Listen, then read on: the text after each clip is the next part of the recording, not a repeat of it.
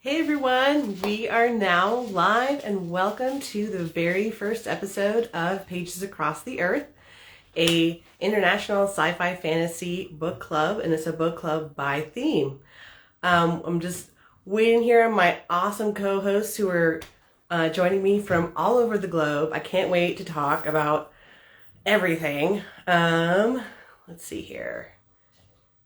With Ash here, and then accept.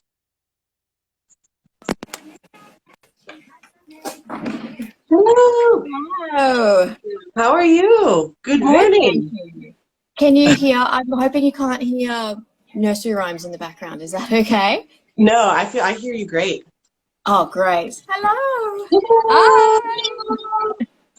Oh, welcome. It's so good to see everyone's faces. Good morning and good evening. Good morning.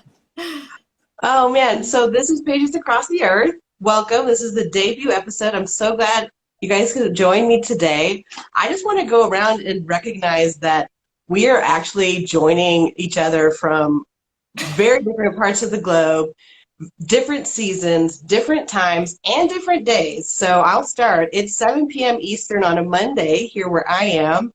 Ash, will go to you. You're our guest co-host. Where are you and what time is it? So I'm in Melbourne in Australia and it's 9 a.m. here.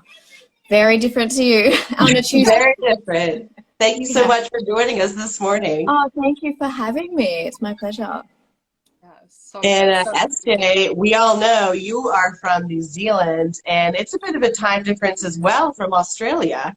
Yeah, just a little bit. It's 11 a.m. here on the Tuesday, so a bit closer, obviously, to Australia than to you. But right? Yeah, pretty well pages across the earth. I'm literally, literally. And very literally.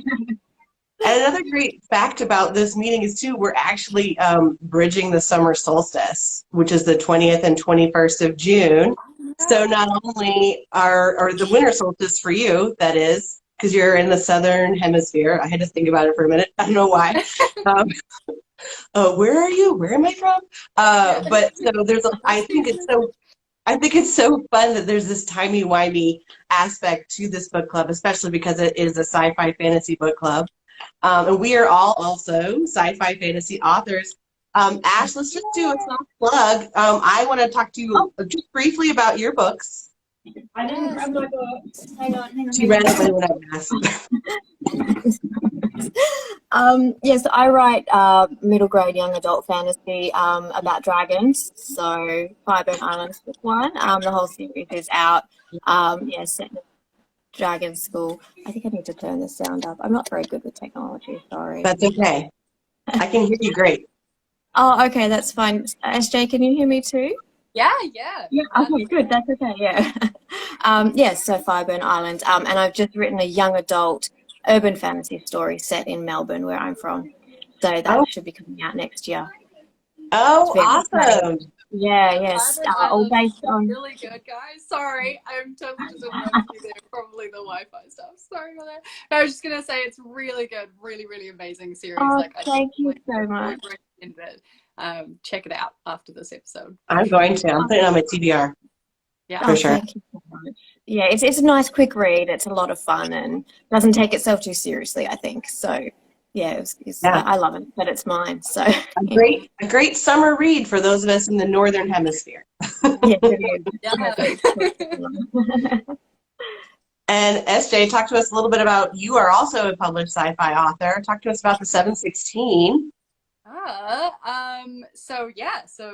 The 716 is a young adult science fiction novel. It's about a young man named Andy who wants to be an engineer, but in his world, only women are allowed to go to university. So he's kind of stuck being a volunteer mechanic for a bit until he meets Olivia, who is going to end up being sort of the leader of Melioras of very different circumstances. And they meet, and Andy ends up with this opportunity to prove himself on the female stage and kind of starts this chain of events that unwittingly sort of might lead towards equality or some social revolution or something. Yes. I read the 716. I loved it. Can't recommend it enough. Also a great summer or winter read, really all year round. But since we're talking about Yeah. it, yeah, MJ Carstarfin, and I'm so sorry if I mispronounced your name, says, it's such a fantastic story. I loved it. So you have a fan Oh, already thank tuning in to the book you. club. Thank you so much. That's Um, amazing. yes, Yeah, that's I loved it. awesome. I found it very laugh out loud funny when you're doing, or Yeah. like talking about all the stuff Andy can't do in the world. My husband was kind of watching me because I'd just be there going like, Yeah. but it also made me want to eat dumplings way too often. I Yes. ate so many dumplings. It was bad. But, you know, Yes. also For good. research. It was for research for the Yeah. book. You know, you You're have a you have to dumplingologist do it. Yeah, part-time. Yeah. absolutely. Oh. And how about you, Well, Tina? Why don't you tell oh us yeah, a me. I was little like, bit about okay, you? let's move on. But yeah, I Yeah, also no, no. publish books. I'm also an author. There are some of them behind me. I've been posting a lot recently about The Anchor of Time, which is a slow burn sci-fi fantasy romance with time travel, dimensional shift. There's a tardigrade as a character who is pretty fun. And then my other book is the Shadow Glass Time Magic, Blood Magic. And it is a found family adventure story set in 1944 Germany. There's a train heist. We're trying to defeat the great evil, and there's a quest kind of situation. It's a lot of fun. I highly recommend both of them because I wrote them and I enjoyed Yes. reading them. I read them a lot. You know, when you write a book, you read your own book a lot. So the fact that you're still like talk about it warmly, I'm like, yeah, you should read it. It's fun. Yeah. Uh, The Anchor of Time was super good. If there's anyone out there that loves like Doctor Who or anything like that, Star Trek, or you know, like really cool sci-fi stuff, like yeah, really good. Yeah, thank you. Absolutely. You can tell I wear my fandom pretty obviously. I've got a TARDIS Yeah. and sci-fi and Star Trek back there. Um, so the sci-fi bug runs strong with me. Yes. But let's talk about The Chosen One. I am so excited to talk about these picks and also kind of just dig into a little bit of the theme. And SJ, I'm going to let you kind of take it away and talk to us a little bit about The Chosen One, which was June's trope or theme for our book club here. Yeah. I'm really excited. I really love this trope or this theme. Me too. I guess yeah, we're talking about you know, someone who is the chosen one is special in some way, shape, or form, whether or not that is by magic, or sometimes it's by skill, or circumstances of birth, sort of like Harry Potter. You know, it's something that sets them apart from everybody else and in some way kind of forces them in, you know, whether or not they want to rise up or not, Mm-hmm. to rise up and take some sort of responsibility and do something, and you know, save the world or whatever it is. Mm-hmm. Um, so yeah, no, I really love this one. I think so this month, what I love about this book club is the idea that like we can all read something different, and So then come fun. together and have a chat about like this idea, and I'll probably end up reading whatever you two are reading because I'll be like, Yeah. that sounds Oh, yeah. um, so yeah, maybe we could just, I don't know, chat about what we read this month, Okay. or what we are reading. Mm-hmm. So I'll start if you like. So I Sure. have started reading Shadow and Bone, the like very popular Yes. trilogy that I felt like I was like, oh, I should probably, you know, read inside my genre, my sci-fi fantasy kind of, you know, and figure out what that's about. So for the very few of you that haven't heard of it, don't know, it's sort of about Elena Starkov, who's an orphan. She's kind of generally expendable at the start, and then she turns out to have this like type of magic that nobody else has. So it's kind of interesting in a way that like lots of people have magic in this world. So magic Mm-hmm. itself isn't what sets her apart. It's like her type of magic, that she can summon light, which isn't something that anyone else can do. And so kind of Mm-hmm. the complications and stuff of that, and her whole life ends up changing, as so often does with the chosen one. So Mm-hmm. yeah. How far are you in? Have you finished reading it or did you just start? I'm very, very close, to the end. So I'm really enjoying it. Yeah. It's good. And then I've actually already bought the other ones as well. So. Nice. Yes, you're ready. You're ready. Yeah. And how about you, Ash? What's your Yeah, chosen Ash, what are one? you reading? So I'm rereading the Wheel of Time series. So I just finished reading The Eye of the World, and I'm like a third of the way through The Great Hunt. So this is perfect for the hero's journey because it follows Rand, who he's set apart because he can channel magic and is one of the only men who can, because they go insane if they can channel magic. So he's kind of at the beginning in his small village and he doesn't want to leave, but he has to for the sake of his family and friends. So that's very stereotypical chosen one. He's a sheep herder who has to leave. Events make him leave and he doesn't want to. And everything he does is to try to protect those that he loves. But he's also got he's that tragic character. If he knows if he uses his magic, which he has to save the world, he himself will go insane and die, and potentially destroy his loved ones. So, yeah, it's a really great story. It's 13 books, I think, 12, 13 books. Wow. So I read 7.5 books last time and got burnt out. So this time I'm hoping to go a little bit further than that. It's really great. Apparently the payoff is amazing, but there are hundreds of characters. So it can be a bit hard to follow through with them. But this one is like 2 perspective characters.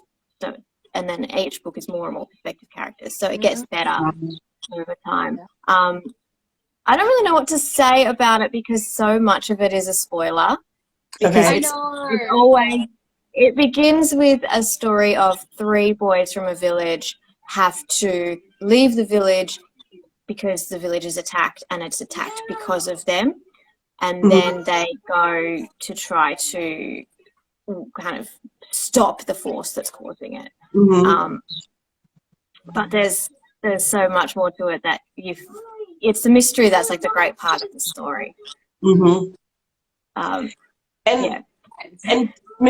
correct me if I am mistaken, because I have not read that book or Shadow and Bone, but I feel like I've seen a TV version of those. Shadow and Bone, I think, is a Netflix, or at least book 1 is. And I watched Wheel of Time on Amazon. I put it like this, but was it an amalgamation of a few of those books? Did you watch that season at all? I did. It was, and when you read reviews, it says it was loosely based on the book. I was curious to know your take on that. It was a very pale version of the story, and they changed a lot of what's actually important to the story, like the way the magic works and everything. They've changed it and stuff, and bad. I get angry when I talk about it because they've really they've changed a lot. If you work that hard on your world building and your magic systems, and you finally gets made it to, and they're like, well, we're gonna just change it. You know what I mean? Like, as an author, and he had 13 books, and he's like committed to this magic system. Yeah, well, it was very much like, this will help us get from A to B, so we'll suddenly make this whole thing that's not actually possible in the books. We'll just have that character just do that, so she can just step through time and go travel to this place. And like, no, the whole point of the story is that you can't do that. And so I view it as fan fiction of the books, and that's how I can enjoy it and pretend it's different characters. And I love reading fan fiction, so it's just somebody else's interpretation of what it could have been. That's how I view it. And I thought cinematically it was great. I thought it was beautiful. So, and I quite like the actors and everything. It was just from that purist perspective, I felt they changed too much. And how about you, Tina? What are you reading this month? Well, I am almost finished. I'm like, got this much left, and it is, this book has taken me away.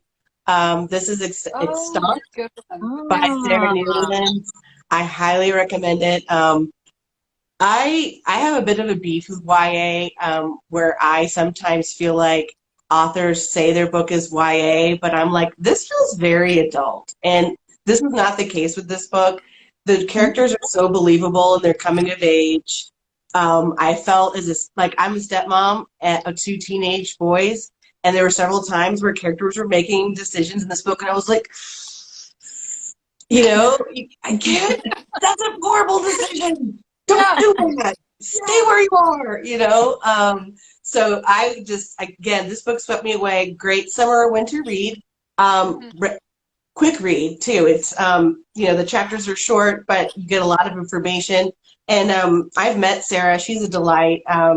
And she's a vet tech or a veterinarian. I don't want to butcher her job title, but she's a vet of some sort in real life. And like there are two dogs that are characters in this book that the whole time the dogs are there. You know, again, you write what you know, and like she really knows animals, and so she writes them really well. And I have a dog that I'm trying to write in my next book, and I was definitely reading this like, wow, you didn't use a lot, but your dog is a great, compelling character, Enzi.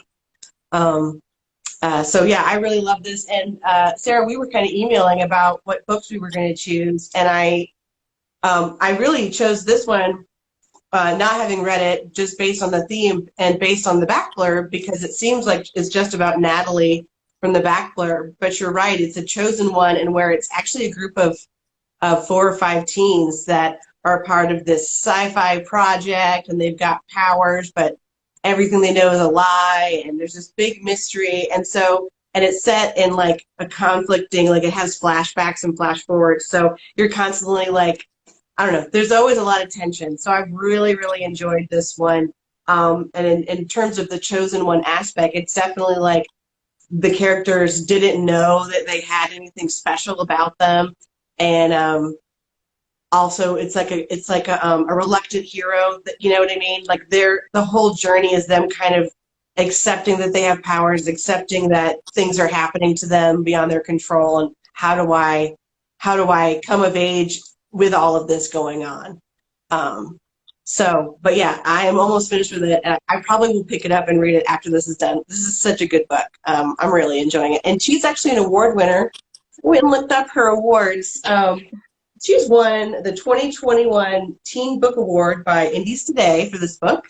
And she's also won the 2021 YA Virginia Author Project for this book. So yeah. I think my version has little stickers on it that have the stickers. Oh, okay. Awards on it. So yeah, no, very cool. Yeah. And I was just looking it up while you're talking. As soon as you said there's a dog, I was sort of looking at like, oh, she just sold me. So yeah. Mm-hmm. Yeah, really good. Really good. To add it to my TBR, my ever-growing TBR. Yes, totally add it. I'm gonna retry Wheel of Time. I think I picked it up a few years ago, and I feel like a bad fantasy writer saying that, but it wasn't quite. I wasn't in the right headspace for it. But I'm gonna pick it up per your description. That sounds really compelling. I found the first time I read book 1, it was very slow and very boring. Yeah. But the second time around, once I knew who the characters were and the overarching story, there's like not a wasted sentence. So what I thought was just slow build up is actually really important for future books. And so with that in mind, the second time I read it, it felt so much more tense. It was a real page turner. I struggled to put it down. I wanted to keep reading. Right. Yeah, so I definitely recommend it as a reread, because first time I think I gave it a really bad review because I just said it's slow and boring. I don't know why people like this. Okay, I don't feel that bad anymore, because that was my like, people really like this. Okay. So I'm only rereading it because it's my husband's favorite ever book series, and he keeps wanting to talk about it, and I keep saying no spoilers. I might finish that. So now I'm going back to the reread to keep him happy, and I'm actually really loving it this time. Awesome. So yeah. I think it's better at the reread. Nice. Yeah. So I thought maybe we could have a chat about the trope, the chosen one. I kind of wanted to start by asking you guys, like, what do you love about the chosen one? Like, or what do you, as readers or as writers, like, why do you think so many people love this trope? Why is it an age-old thing that like keeps coming up and we keep going back to? Ash, Ash, you go first. It's the earliest where you are, so you have to go first. It's you know what's really interesting? You say, why do people love the chosen one trope? And yet people so often don't actually like the chosen one themselves. because they're always that perfect hero, and people don't like the perfect hero. So most of them have that fatal flaw. So something that they do that's always stupid because they can't help themselves. Like in Hunger Games, Katniss, she has to like save everybody. She's got that, you know, hero complex kind of thing. So that frustration makes you like them more. So I can't actually work out why we like the chosen one trope so much if we then don't like the actual chosen one hero. I think we like everybody else around them, those support characters a lot, because they're the real ones. They're not getting any, for me, the friends around the chosen one, that's who I like to write the most, because they're not getting any of the glory at all. They're helping purely from their love of their friend. And it almost always is friends rather than family. So that found family kind of trope as well can be put in there, and it's so compelling. So that's what I did with the Roshea series. So many people don't like Roshea herself, but they love her friends. And that's how I always felt about it as well, because people don't like people who are perfect, I think. So if that's my take on it, people don't like the chosen one. They like everything else around because of it. But that could just be totally off left center. I don't know. No, I want to hear your thoughts. Definitely, onto something there, because you're right. We're all flawed, and suddenly you've got this perfect human being, and it's like, oh, like, is that, you know? And I've always wondered if that's why, like, you know, Harry Potter lives with the Dursleys and stuff, because if he was really rich and he had everything that he ever wanted, we wouldn't like him. Just absolutely hate him, right? Like he's nothing we can relate to. Everything. You know? And so and I think maybe the same with this book that I'm reading now, where she's an orphan, and you know, and like sort of no one she's got one person that cares about her in the world, and I wonder if that's trying to, in a way, get us to empathize with this person who is otherwise kind of really, I don't know, lucky and perfect, I suppose. AMC writer says, for me, I like the journey and finding out how they're going to overcome the obstacles in front of them. I agree with that. And I think, too, for me, I think about the chosen one trope. And I think also, at the end of the day, we read stories for entertainment and for ourselves.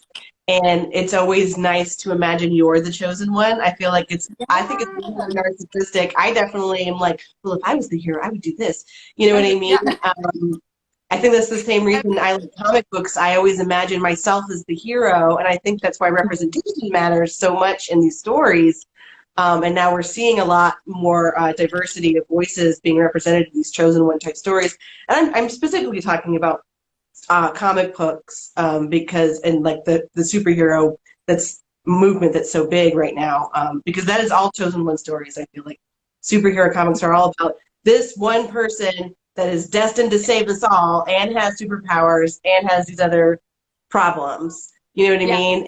And one could even argue that our fascination and love of superheroes today is just an extension of our fascination and love of the gods, like the Roman gods and the Greek. You know what I mean? Like that kind of storytelling it's intrinsic to us as humans. We're drawn again and again. You know what I mean? Like Odysseus. Is that not one of the oldest chosen one stories? I mean, he was chosen at a hard time, but he was still the chosen one, doing stuff. You know? So I just feel like it's like one of those, like, I don't want to get too Joseph Campbell on you, but I just feel like it's one of those, it's almost an archetype. It's beyond trope. It's an archetype of story. It's one of the original ways we told story. It would revolve around one person having extraordinary adventures, and we would tell these stories to escape our lives. And, you know, ultimately, I always imagine I'm the chosen one, but that could just be me. Sorry.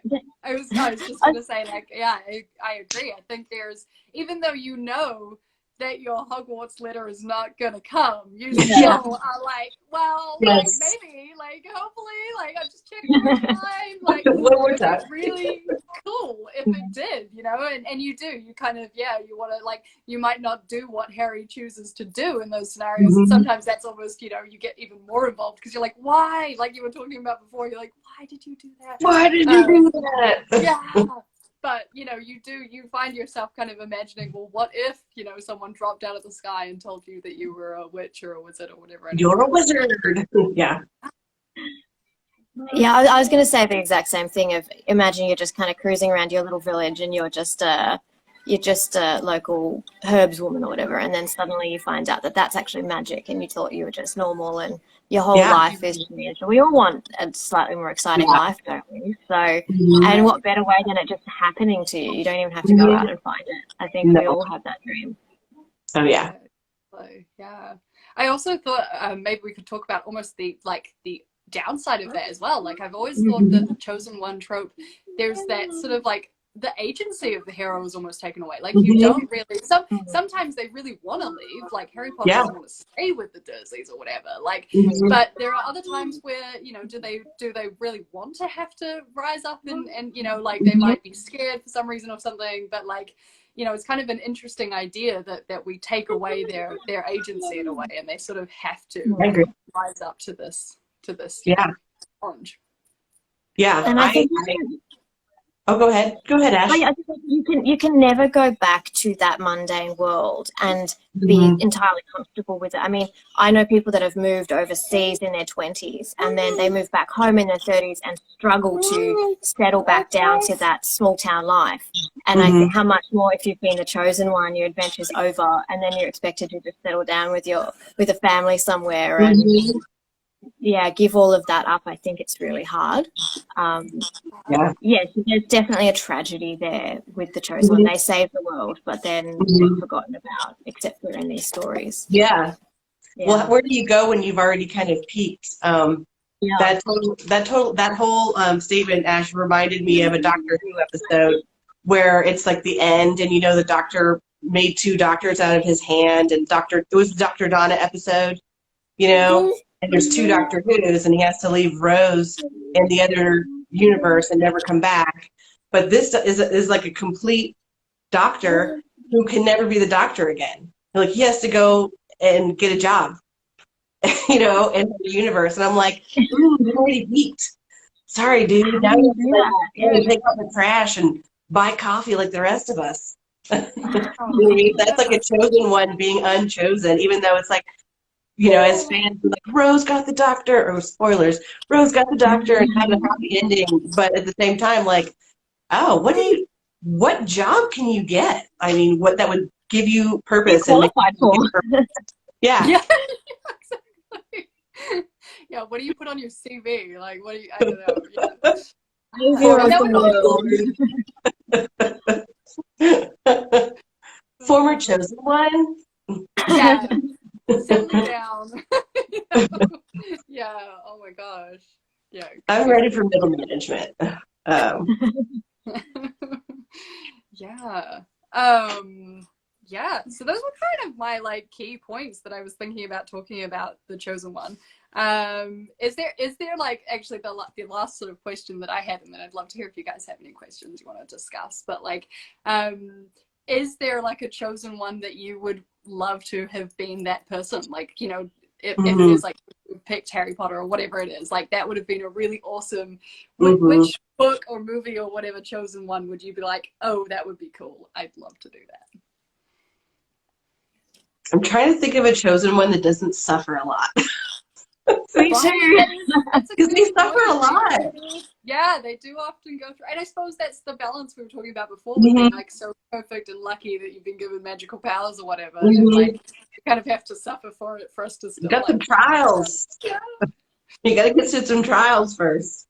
Oh man, because I initially was like Lord of the Rings, and I was like, wait, no, bottom walking, Mordor. Climbing that mountain, like I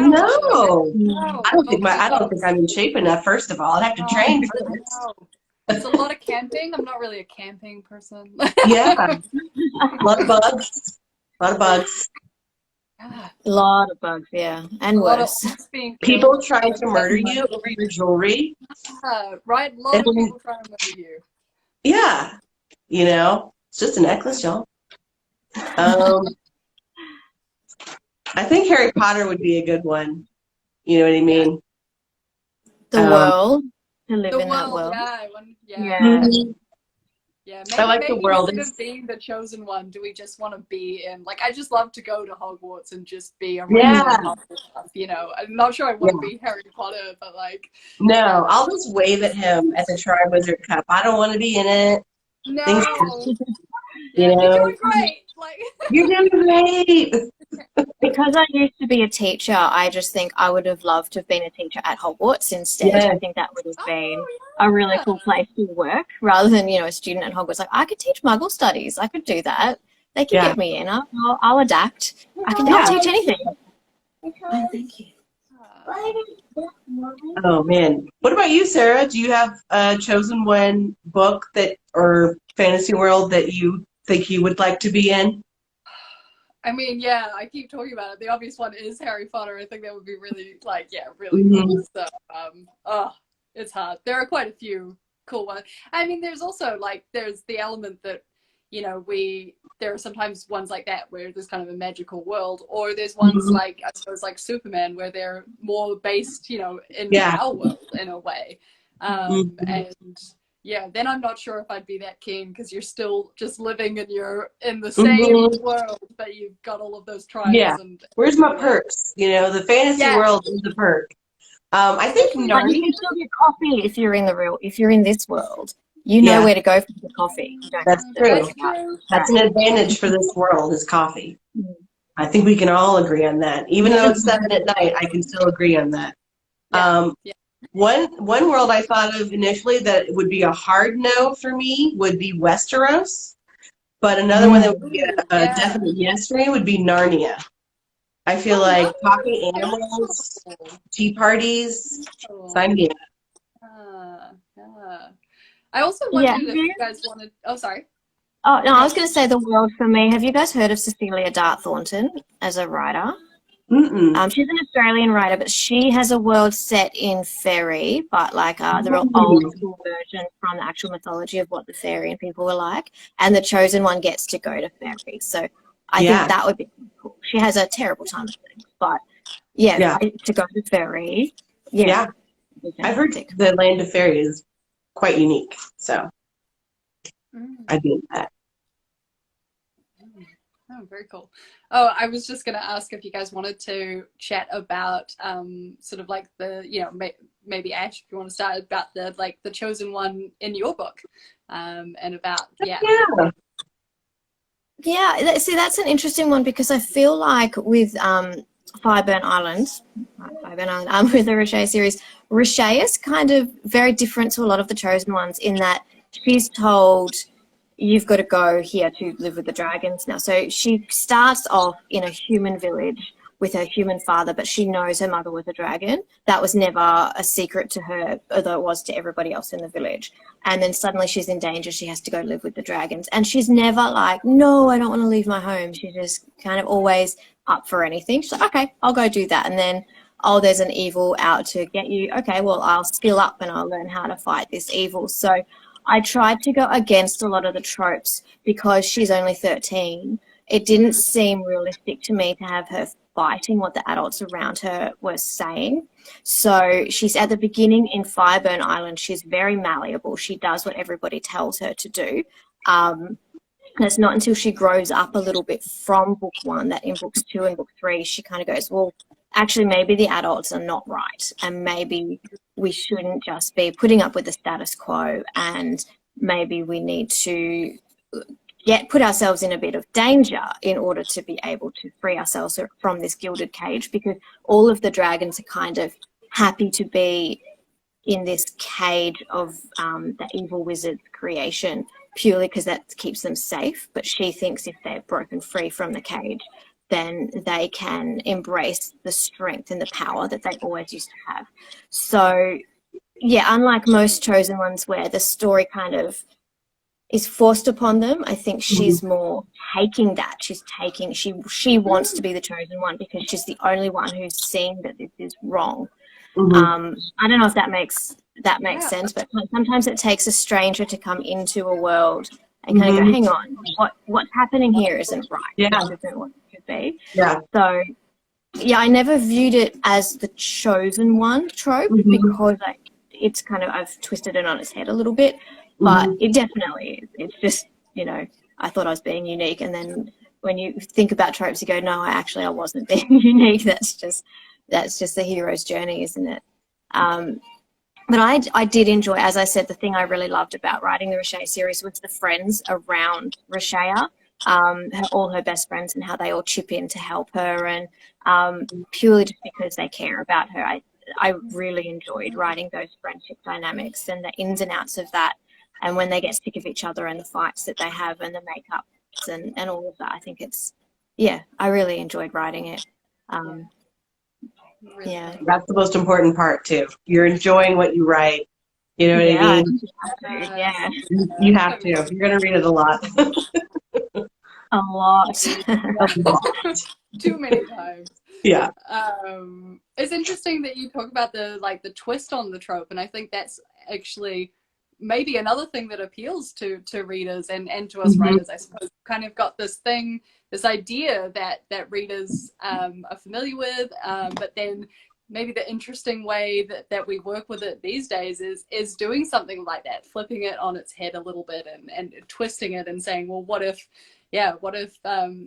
your protagonist was the one who decided to become the chosen one rather than having it forced upon them like it Mhm. usually is. And I really love that you've done that kind of, Oh, given it a thank you. perspective.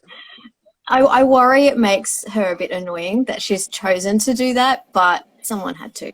So, Mhm. yeah. Yeah, exactly. And I think readers can see that, you're like, well, someone needs to do something about this. And so, you can Mhm. get behind her and say, well, I'm glad someone, actually did, Mm. So, yeah, very cool. How about you, Tina? Are there chosen ones in your works? Oh yeah. Oh yeah. I think in The Anchor of Time, and that was my first book. It is classic chosen one. Renata Stone has it happen to her. She has no control. Then when she realizes she's some sort of chosen one and she's got these powers, she's totally like, I don't want it. I don't understand it. Take me home. So very much falling in line into, I printed out your email with your notes. Very much falling in line into the forced into their destiny, and questions about your agency, and that's an ongoing question, I think, in the Forgotten Queen series for me, is agency and duty, and how does our interpretation of all of that fall into the chosen one, and do you, if you are a chosen one, can you just be like, actually, I think I'd like to take this chosen one idea and turn it into a democracy? We all have a vote. Doesn't have to be just me.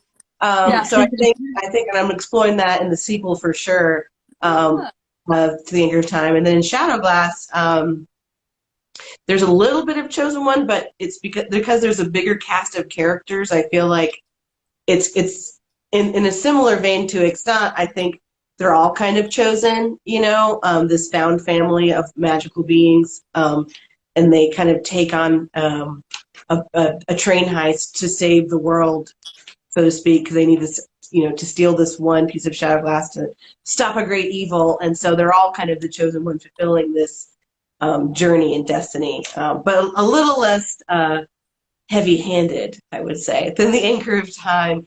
But again, these tropes are tropes for a reason. They're cliche. I feel like trope is treated like a dirty word. I don't think it is. Or Mm. you know what I mean? I don't think it is. yeah.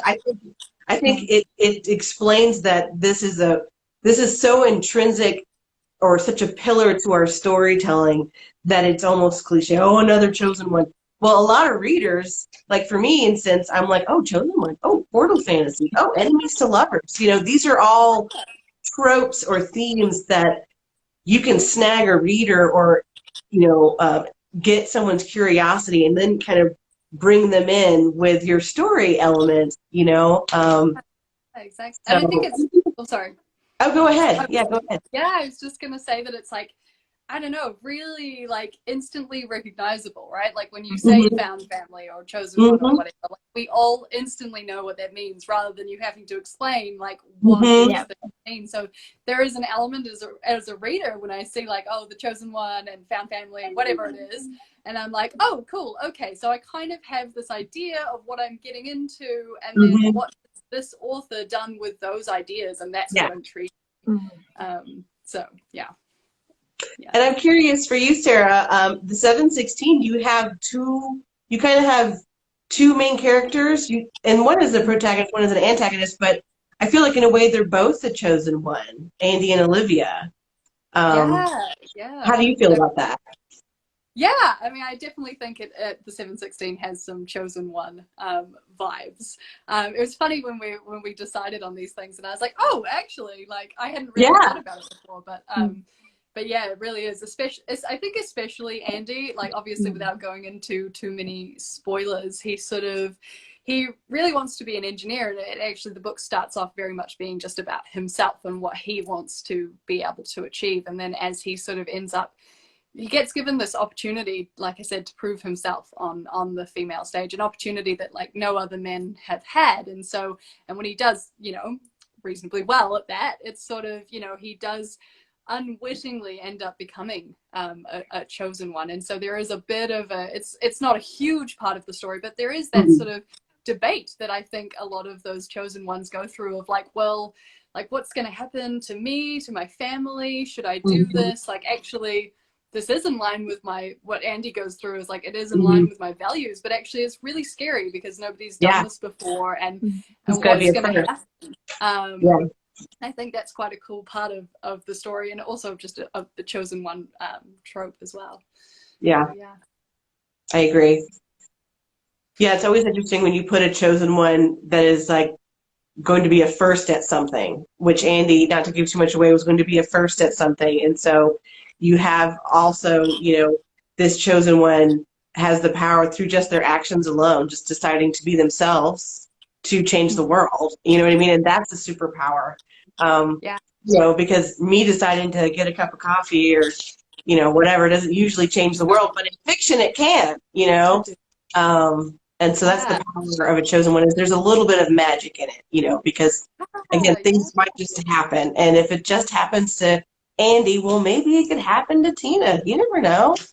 Um, yeah. you know, we all want to see ourselves in these stories. And I think that's why they've been so popular for so long. And I agree. It's like, as a reader, it's easy to use those kind of buzzwords because again, you know what you're getting into, and you might even be like, oh, I only read these type of books, especially with romance. I mean, romance readers are on another level with these tropes and reading by trope, but like there are romance readers that are just like, I'm gonna only read.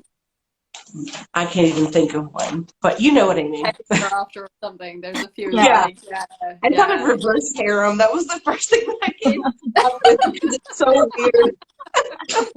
I mean, I was thinking enemies to lovers, but you know, that's Yeah, a big one, isn't it? But I yeah, want to reverse take that harem. one. Yeah, yeah, definitely. Well, other topics we could, you know, potentially talk about on the show later. But yeah, yeah, definitely. And it's interesting what you were saying before about like, you know, like Andy is a good example of someone that doesn't have magical powers. He's not, and he doesn't live in a world where that's even going to be possible. Like it's not, you know, he's not going to wake up one day and find out he's a wizard. But then you can still have that chosen one sort of journey and end up, you know, whether it's by skill or being brave enough to, like you said, just be yourself and stand up for what you believe in. So yeah, that's quite a cool element of the trope as well. It's not just Yeah, I literal agree. superpower. Yeah, you don't have to have literal magic or superpowers to be a chosen one. It could just be you being yourself, which, you know, what an amazing superpower. We should all just try to be ourselves. Yes. I think we're seeing that more in the chosen one tropes. I think we're moving away from they're the only person that has this magical power to they just happen to be really brave or have really good resilience, and you know they're the ones that won't give up. I think that's what we're seeing more and more in the chosen one tropes, and I'm really enjoying that. Yeah. Yeah, Yeah, and that plays into kind of what you were saying earlier, that when we read chosen one books, we often get really into those side characters that are supporting our main character. And so by spreading that chosen one magic around a little bit, you get more license as an audience to really fall in love with that character because it's obvious they're more important. You know what I mean? They're not just window dressing or a sounding board for our MC. You know what I mean? So I just saw a cat. a cat and a toddler chasing the cat. They're both I climbed onto the did. dining That was awesome. table. It's excellent. I could Real see life. it in the back of the screen, and I just thought, that's parenthood. Yeah, it I'm absolutely almost is. surprised my cat hasn't joined us. She almost always, there's like just a tail that comes Just across. like a Yeah, drive-by. yeah. Like, At the top of it, you're like, yeah. okay, no, It's a Millie no, no. drive-by. Yeah, exactly. She's like, this is a great time for a cuddle. I can't see why you would be busy. You know Yeah. why? You're not busy or anything. Oh, Oh, man. Well, this has been so great. Thank you both for joining me to talk about The Chosen One on our very first Pages Across the Earth. Is there anything else we want to chat about before we wrap up the meeting for this one? no, I think I'm good. I think that was Yeah, excellent. That was a really great that chat. was really good. Yeah, I really enjoyed that. And just to recap, I read It's Not by Sarah Newland. And why don't we just go around and just say the books that we read as a closer? Shadow and Bone. Yep. And Eye of the World, the Wheel of Nice. Time series. Yes. Yeah. And we all highly recommend our books. We all enjoyed our books with the Chosen One theme. And we are also all sci-fi fantasy indie authors. If you haven't checked us out, go and check out our profiles, go and check out our books. They are for sale. Support an indie author today to take a trip to a strange new world that's not your own. And Pages Across the Earth will be returning in July, and our trope that month will actually be Found Family. So join us next month for Found Family. Ash, it's been so great having you on and just chatting with you, getting to meet you I in wanted to say virtual thank you real so life. much for having me. I was so excited to have been asked. So thank you so much. I really enjoyed it. Absolutely, absolutely. It's been such a pleasure to chat with you, and your books are going immediately on my Goodreads TBR. But yeah, and so this is Pages Across the Earth. I am Tina Capricorn. It is a little bit past 7 p.m. Eastern Standard Time on Monday, June 20th. And let's just go out by saying where we are in our time zones and our seasons, because I still think that's so cool and crazy. Yeah. It's summer here, y'all. It's the summer solstice. Yeah, and we are in winter. We're winter. Yeah. It's the next day. I don't know. How do you put Yeah. it? It's Tuesday here. Yeah. So Yeah. Quarter to 10 in the morning. right, Yeah. for those of you that are still, in America or back on the 20th. Yeah. And yeah, it's winter here, at least in New Zealand and Christchurch. It's freezing. We Is wake it? up every day Freezing here too, Sarah. with frost. Oh yeah. Yeah. It was warm yesterday, but I woke up to a rainy day today. Not a nice day. Day I'm for putting hiding the it. pool up. It's so hot. So that's how warm it is here. Yeah. We need hot cups of coffee, maybe the fire on. I don't know, Ash, what you do, but yeah. Yeah, the heat is on. Sorry about that. Yeah. There we go. Yeah, exactly. All right. Exactly. Yeah. We're totally time traveling and having a book club meeting at the same time. No big deal. Well, this is me signing off. Thanks so much for joining us. I'm Tina Capricorn, joined by S.J. Pratt and Ash Oldfield. We are so thankful for y'all stopping by today, talking to us about The Chosen One. We'll see you next month. Thanks so much, everyone. Bye. Bye.